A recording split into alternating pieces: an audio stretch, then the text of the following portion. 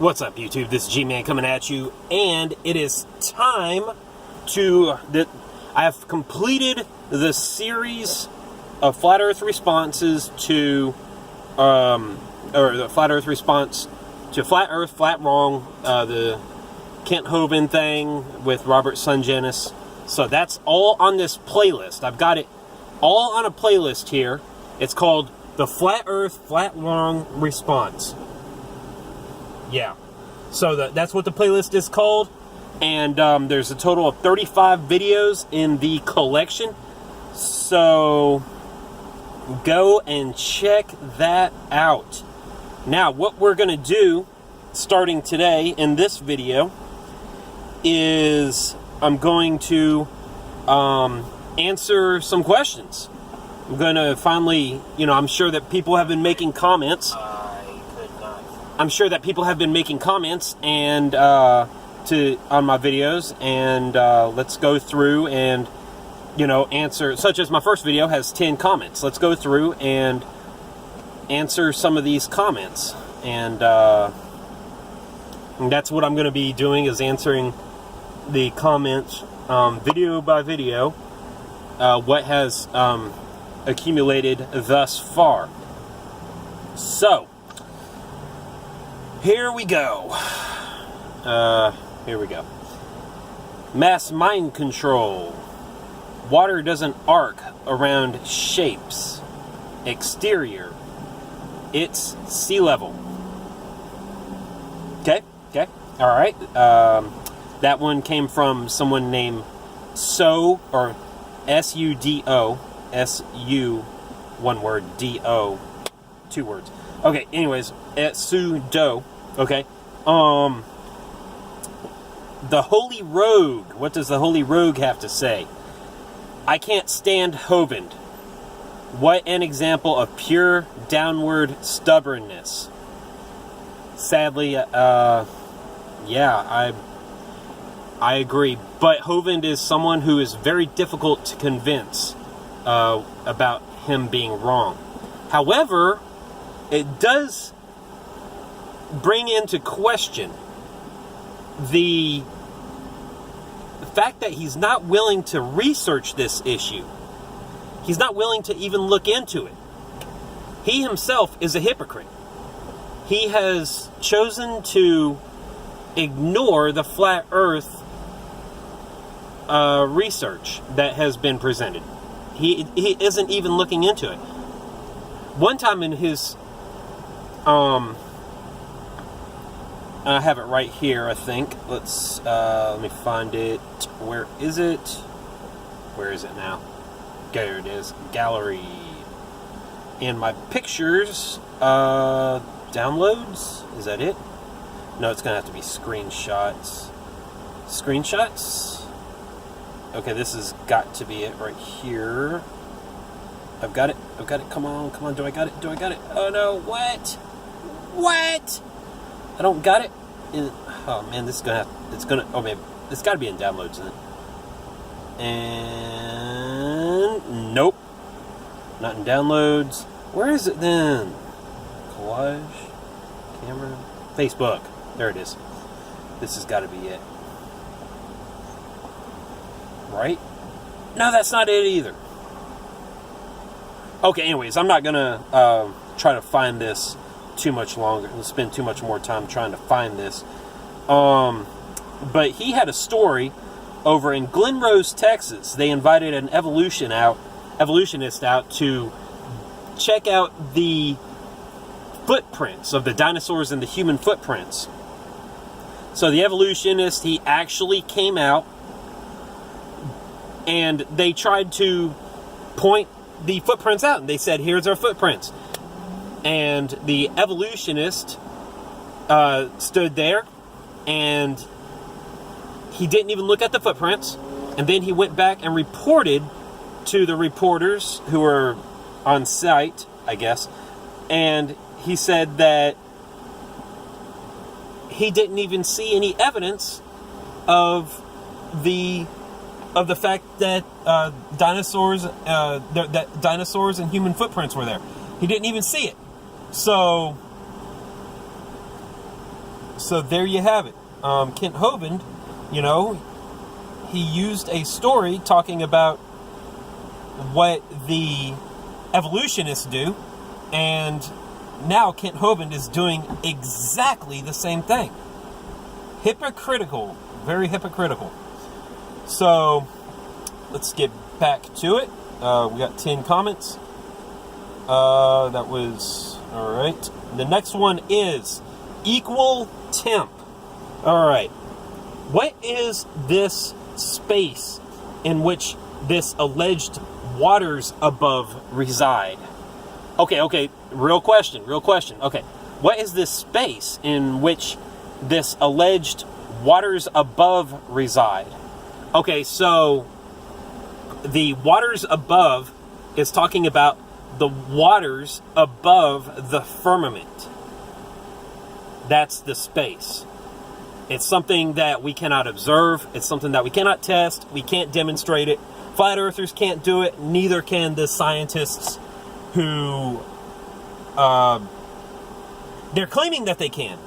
They're claiming that they can, and they're lying about it. They're sending. The claim is that they're sending out that they can go to the moon. The claim is that they can send out satellites, and the thing is that they aren't sending anything out into space. Nothing is going out into space. So,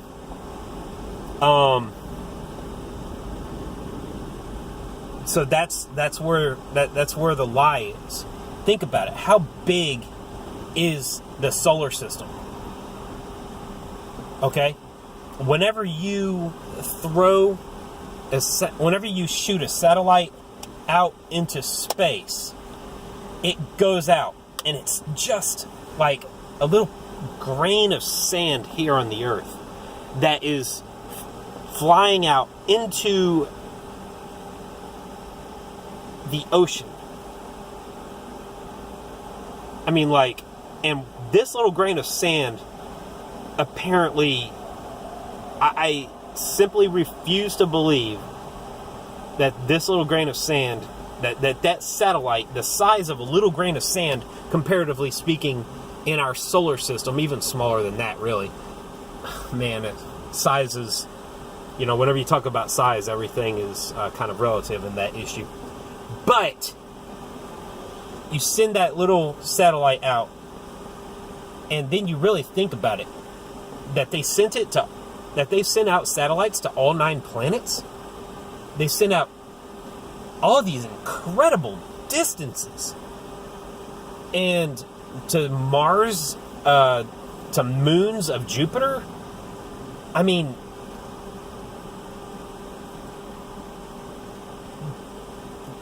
whenever I think about it now, I used to think about it and I would just be like, oh, satellites, oh wow, it works, yeah, they figured it out, yeah, okay, space is real. But now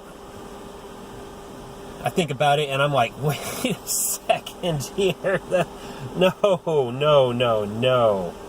Space is too big.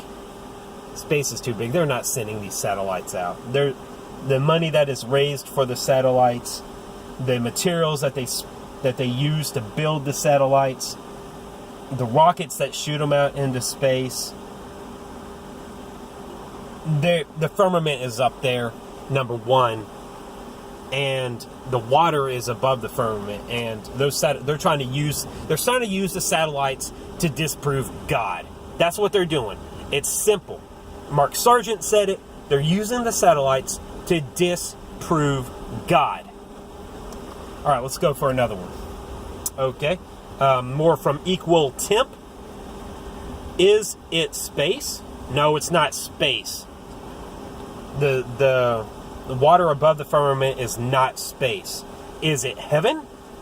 Now, there probably is water in heaven.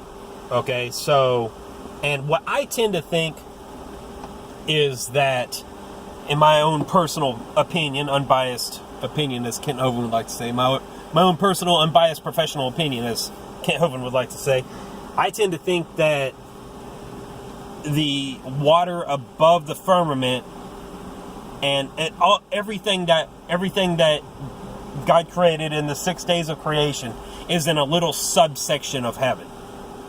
Okay? And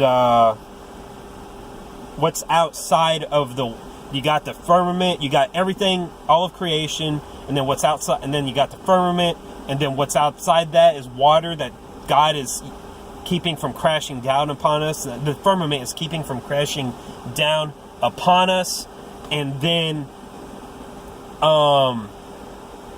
you got heaven outside of that, and maybe heaven resides in water.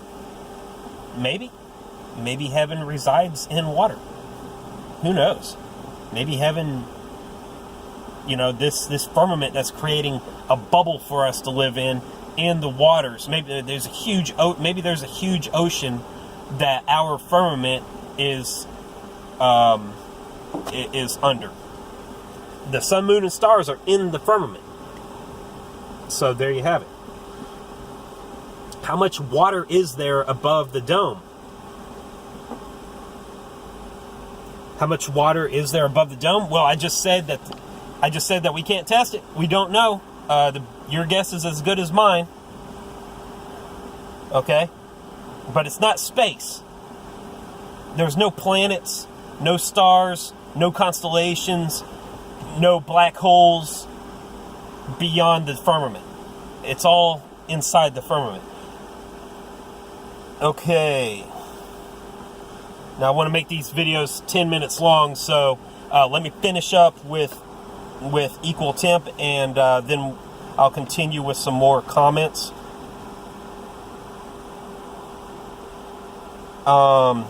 Let's see, are the windows, let's see, how much water is there above the dome? I just answered that. Are the windows in the dome 2-ply? Right, okay. That's a joke. Haha. Do they have curtains? Now, there's a question right there. Isaiah 40:22 says that the firmament, or that the heavens were stretched out like curtains, or spread out like curtains. I tend to think that Isaiah 40:22, whenever it says that, is directly referring to the Aurora Borealis. I think that they knew about the Aurora Borealis, and they were directly referring to the Aurora Borealis, because whenever you go look at the Aurora Borealis, they do in fact look like curtains hanging. So that's a pretty interesting little thing. 2-ply. Oh my gosh, what kind of question is that? Okay, do you believe everything your fellow flat earthers tell you? I believe anything that has evidence, such as the fact that curvature is undetectable. The curve of the earth is undetectable. That is something that you can go and test. That's something that anybody can go and test. If the earth is 8,000 miles in diameter, 4,000 miles in radius, 25,000 miles in circumference, and the curvature of the earth can be calculated as 8 miles squared, 1 mile squared, or the distance squared times 8. Okay? If that is the case, you take the distance, square it, multiply it times 8, divide it by 12 to get the number of feet of curvature drop. If that's the case, then curvature should be detectable here on the surface. We don't have to go up into space to detect curvature. But that's not the case, because that is the numbers, that is the formula that the ball earthers, that's what they give us. So that's not a formula that we have to question. It's not up to us to question it. The ball earthers said, gave us all the information about the size of the Earth and the measurements of it and all that. How to calculate the curvature drop of where you're standing, and we go back and we test all this information, and it's you can't back it up. You can't back it up. You can't detect the curvature drop. So that's just it. I will believe anything that's backed by evidence. And that right there is more evidence than NASA has ever given us with all their CGI, photoshopped images that they try to give us and all their paintings of the Earth and everything. Okay, we're at 15 minutes, 46 seconds, 47 seconds. All right, I'm going to continue this with part 2 of comments answered in the next video. G-Man out.